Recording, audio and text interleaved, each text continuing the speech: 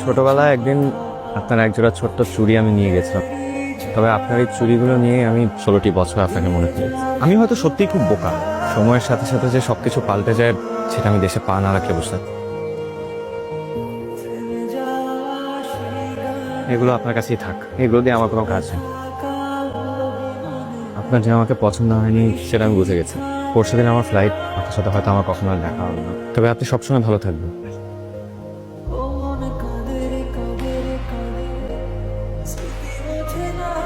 মা, দেখো তো এই চুড়ি দুটো চিনি কিনা। কার চুড়ি? কোথায় পেয়েছিস?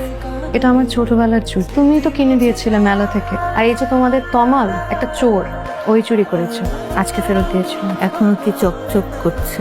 কত যত্ন করে রেখেছি। মা, উনি পরশু রাতে চলে যাচ্ছে। আমি মা, মায়েরা সব বুঝে। ও হয়তো তোর জন্যই এসেছে। দেখ, ছোট্টবেলার সামান্য দুটো চুড়ি কত যত্ন করে আগলে রেখেছে। যে মানুষ তোর সামান্য চুড়ি যত্ন করে আগলে রাখে, সে তোকে পেলে কিভাবে যত্ন করে আগলে রাখবে বুঝতে পারছিস? ও এবার চলে গেলে আর কখনো হয়তো ফিরে আসবে না।